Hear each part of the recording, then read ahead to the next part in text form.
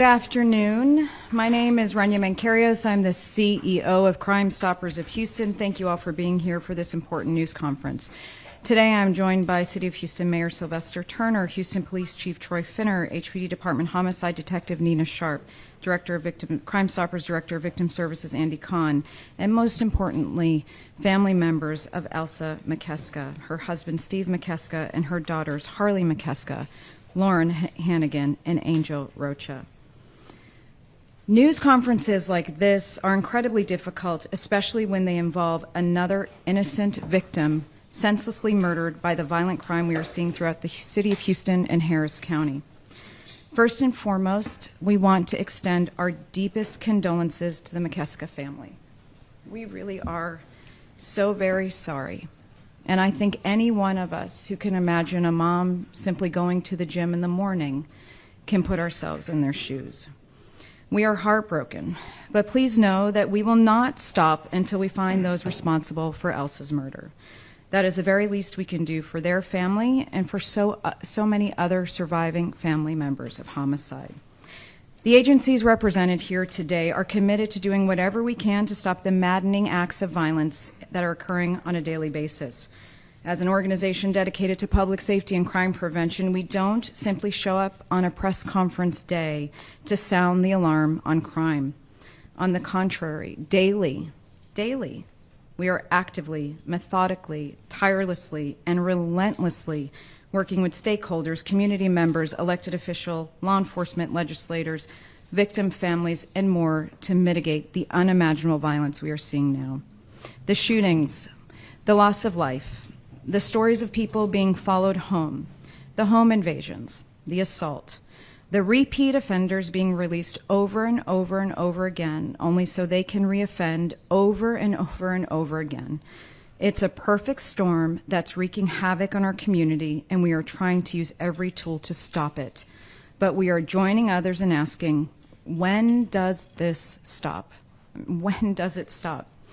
To say that the spike in crime is wholly tied to guns on the streets is unfair. To say that the spike in crime is wholly tied to COVID is unfair.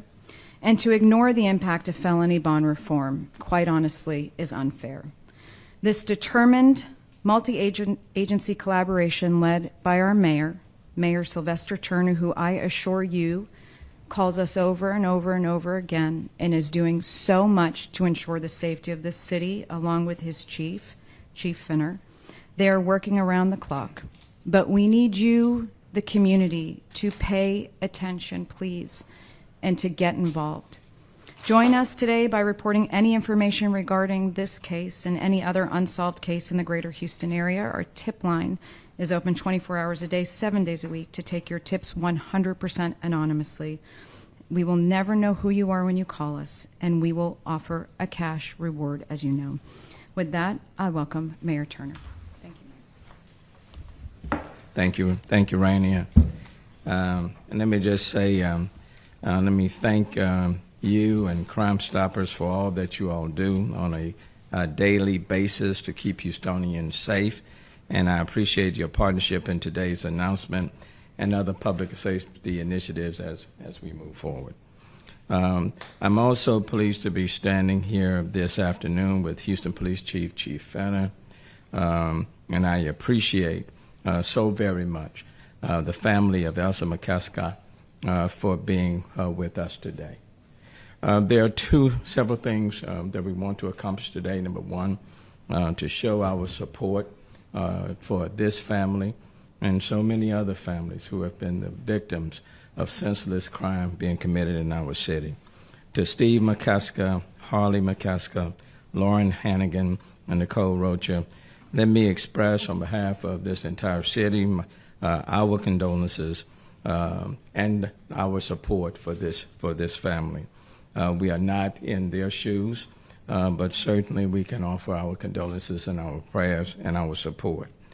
We were all outraged, I know that I was, by Ms. McKeska's tragic and senseless murder, and we stand in solidarity to find those individuals who are responsible for her death. Like others, I saw the video of Ms. McKeska, as she drove up to her gym, as she often did early in those morning hours. A vehicle with a couple of cowardly criminals pulled up beside her vehicle, and one or two suspects got out and shot and killed her. It was a heinous crime, and we certainly want to find the shooters and all those who were accomplices in this matter, get them arrested, tried in our court of law, and convicted. And that is why today I am announcing that I have raised an additional $10,000 to add to the existing $5,000 reward offered by Crime Stoppers Houston for information leading to the identification and arrest of this suspect. That makes the total reward to $15,000. Let me just say that it's important for all of us in this city to participate in the resolution of crimes. It's not just law enforcement, but all of us have a role to play. And I'm announcing today that along with other businesses, local business owners, that they have generously agreed to give even more to raise the reward amount to other crimes that have been committed in our city, those crimes that will be identified by HPD, and we will be adding to that amount as well on several other cases, even beyond this one. Someone out there knows something about what happened. Starting today, the enhanced reward in the Elsa McKeska case is an opportunity and incentive for you to do the right thing, to pick up the phone and call Crime Stoppers Houston to help get these dangerous people off of our street before somebody else is victimized by them.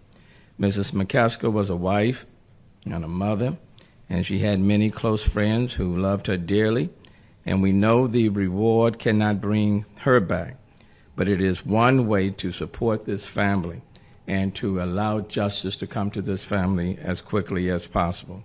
This is one way to find the persons responsible for taking her life and permanently changing the lives of her family members and friends. There is way too much crime and gun violence in our city. It's not enough to say that it's happening all over our country. Quite frankly, our primary concern is what's happening right here in the city of Houston. And some of the homicides are related to family violence, others are linked to gangs and drugs or some other type of disturbance.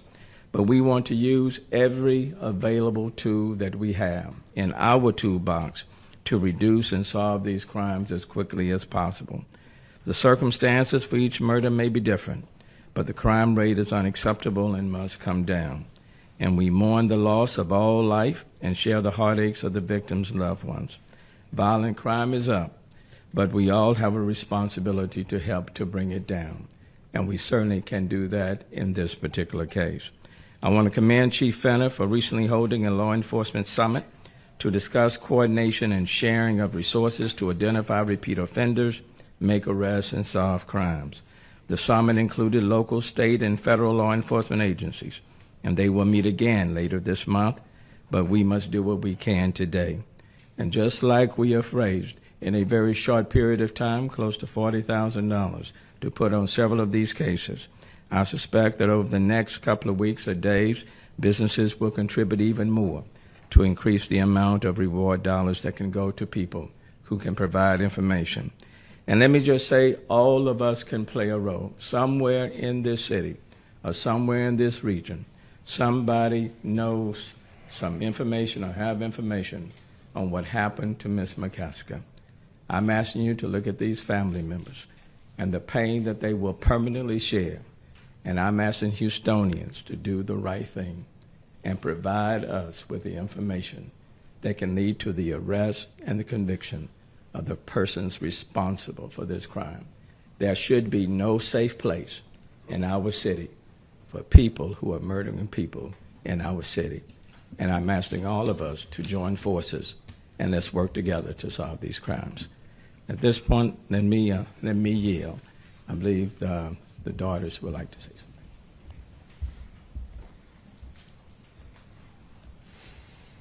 something. I'm Lauren Harrigan, Elsa McKeska's daughter. I want to start off by saying thank you to everybody in Houston, HPD, the mayor, the chief of police, Crime Stoppers, family, friends, and people that don't even know her have been so supportive of us, and we are so grateful. My mother loved this city, and this has been really hard for us. But seeing the support has been so overwhelming and so touching, and we appreciate that. So please, if anybody knows anything, no matter how small it may be, please come forward. We need this. We need justice for my mother. Thank you.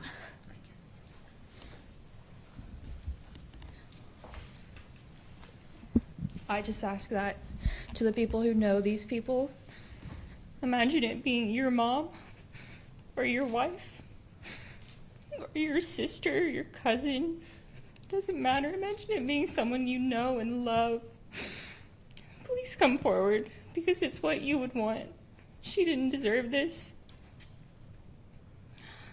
Please help. Anything. It doesn't matter how small, how minor. It all helps. So please come forward. Someone knows something. Thank you. I just want to say that my mother had a lot of life left in her.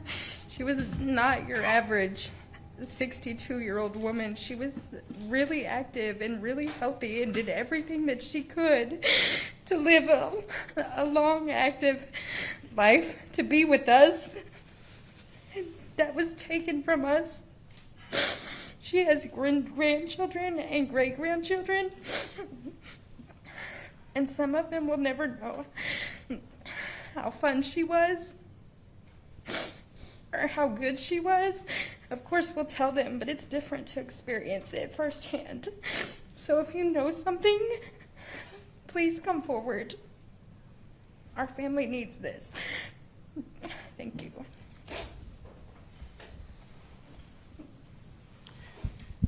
Let me just say that these family members represent the McKeska family, but they also represent many other families who are hurting and in pain. And again, let me encourage people, if you know something, and there are people in this city who know something, if you know something, I'm asking you to call Crime Stoppers or law enforcement, call someone today and help us to apprehend these individuals, okay? And not just on this one, but on other crimes that have been committed in this city as well. Chief Fenner.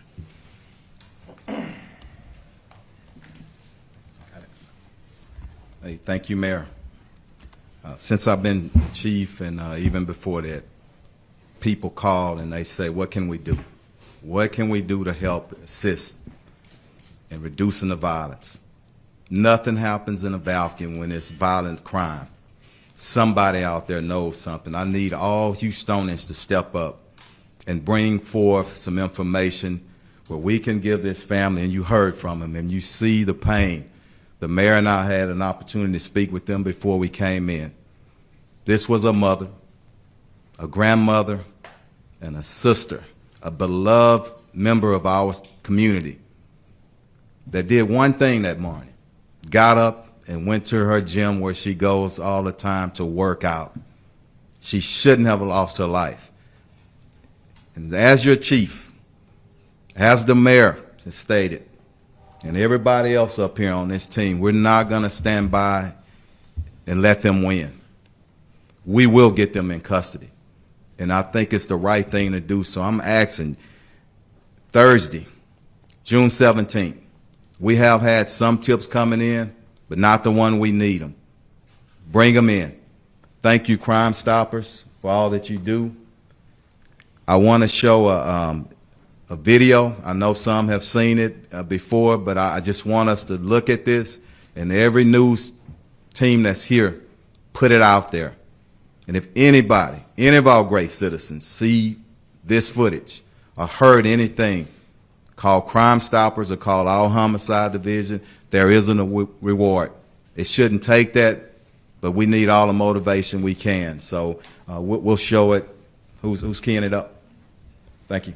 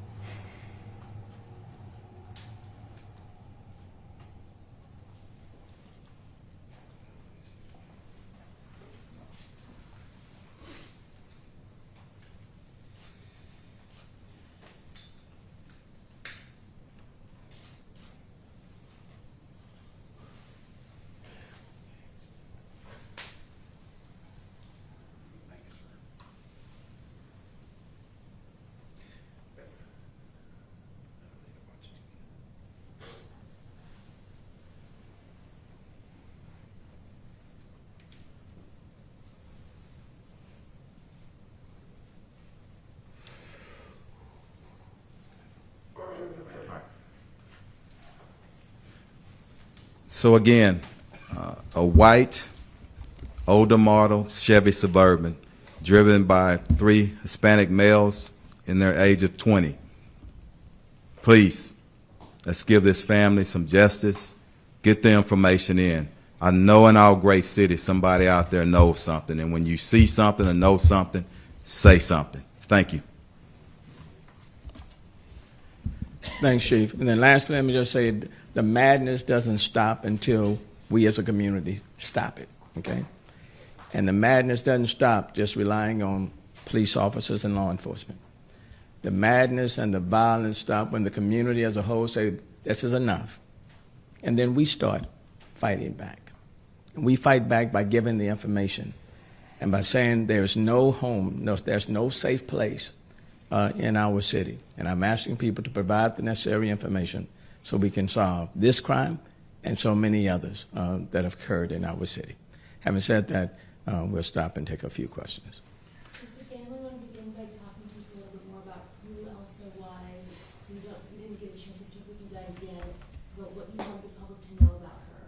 Beyond going to the gym, What's up, Jeff? how involved was she, where did she work? She was very involved in our lives. Like, I don't think one of us went a day without talking to her. She was at everything that she could be at for her grandkids. Even I moved to Iowa, and that's where I live. But we would FaceTime baseball games and football games. Anything my kids did, she was on FaceTime watching. She was just very healthy and happy and fit and loved life and loved Houston sports. Like, she was the Texan season ticket holder, like, through all the bad, and she loved the good. I mean, she was diehard. She didn't give up on her team, like, at all. She didn't give up on anything, honestly. Like, it didn't matter what we did or how things were going. She was always, always there for us. And I mean, we couldn't have asked for a better mother or grandmother or great-grandmother. I mean, she really was the best. She never met a stranger. She would talk to anyone. She liked everyone and everyone liked her. My sister texted me really late one night and was like, wow, Mom really had a lot of friends. And I responded like, and they all have such good things to say about her. Like, not that it was shocking, but people really loved her. And I mean, we've been really overwhelmed with just how many people have reached out to us and do love her. And she absolutely loved her faith, so. Was she a member of a specific church, or did she retire from anywhere? Yeah, St. Helen's Church in Pearland. She still worked, so. she's not Mayor, retired. earlier this month, you were adamant that we are a safe city. Today, the homicide total sits at 222, 42% higher than last year, a record year for this century. Do you feel still that, as you said, that we are, hell yeah, a safe city? Yeah, we're a safe city, Mario, but if it's one crime, it's one crime too many. If it's one person that's killed in our city, it's one too many. So it doesn't matter whether you're 99% safe or whether it's one crime or whether it's 200. The reality is that you don't want one single family to be in McKeska's shoes. Not one. Not one. And it takes all of us working together to prevent this from happening. And it doesn't matter whether or not it's happening across the country. What happens is right here. You don't want it to be. We don't want it to affect your street, or your home, or your family. So, we can spend a lot of time talking about whether it's safe or unsafe. But let me tell you, when you lose a loved one, you've lost a loved one, and you don't lose it for just one day. It's a permanent loss and a permanent pain that does not go away. Have you had any conversations with Chief Finner about switching up strategies to try to cut down on the losses that we are seeing in numbers that we haven't seen here in nearly 30 years? Well, I've had a conversation about making sure that we utilize every available tool that we have Have we increased cadet classes? Yes. Have we increased the number of police officers? Yes. Are we utilizing overtime? Yes. Are we utilizing technology? Yes. Are we working with other law enforcement agencies, from the FBI to constables to sheriff, deputies? Yes. We're doing all of that. And are we increasing the award to try to incentivize people to do the right thing? Yes. Just like on this particular case. The reward on this particular case is $15,000. And businesses are graciously given to increase the reward on other cases as well. So we're doing all of that and more. Okay, but it also requires people who know that have information on people who are committing these crimes. These crimes are not committed in a vacuum. Somebody knows about that white SUV. That white SUV didn't leave the face of the earth. It's on somebody's street, okay, in front of somebody's house or somebody's apartment. All of the victims of this crime, those who committed this crime, they got a name. They are somebody's brother or friend. So we all have a role to play. And that's why, as a community, we need to come together and address it. Chief Henry, you was going to say something. I just want to not forget about this moment while we're here. And I want to be respectful to this family. We have a lot of time to talk about strategies and all that, and I want us to respect that. They're standing here and they're standing strong, and I want to acknowledge them and give them credit for doing this. They've lost a loved one. So with that said, we're going to move on. And if there's anything else that y'all need to hear from this family, let's do it. But we're going to be respectful today. With the description on the suspect and the vehicle, and the SUV? I couldn't hear you. I'm sorry, Do you sir. have more description on the suspect? No, just what we showed up there. Thanks for asking. But the Go ahead. forensics on that car, if this actually happened in a particular scenario where they want to zoom on the car and be able to get the plate and everything, they will do it within the city. What is stopping that? And if the FBI or whoever needs to come, because I think somebody also has Yes. resources to be able to go back into the cameras. That's zoom on that car yes, sir. And be able to get the plate and other things. When are we going to do that? if need be? That's a part of the investigation, and let me tell you something. Nobody stands on anything. The minute we get some information, especially when it's dealing with a murder, we're going to act upon it, and we're going to act upon it quickly. So I'm confident that we'll get there, but for these individuals right here, because this is what's most important, nothing else right now. Their pain and all the other families is in pain. So when we get that information, we're going to move swiftly on it and get some people in jail. I have a question for the daughter. Hi. Go ahead. For maybe Lauren or, anyone else who wanted to talk. First of all, I'm so sorry for your loss. Obviously, today is in hopes to help the case here, but we also want to talk about the legacy that she leaves and the legacy that she's left your family. What's one thing that your mother has taught you that you think the whole world could benefit from in hearing her story? She had always expected for us to be strong, come together and stand strong, and that's why we're here today. This is exactly what she would have wanted for us to do. And when you think about her and the lessons that she spoke, what is one thing that she would inspire others to do differently, having known who she was and the values that she's taught you? She was just very big in her faith, and that's one thing that she would tell us to cling to during times like this. And so I think that she would want that for all of us, everybody. Families respect that. Okay. All right. Thank you all so very much. Chief Benner, can you stay behind for the media, please? Yes. Let me, yeah. Go ahead.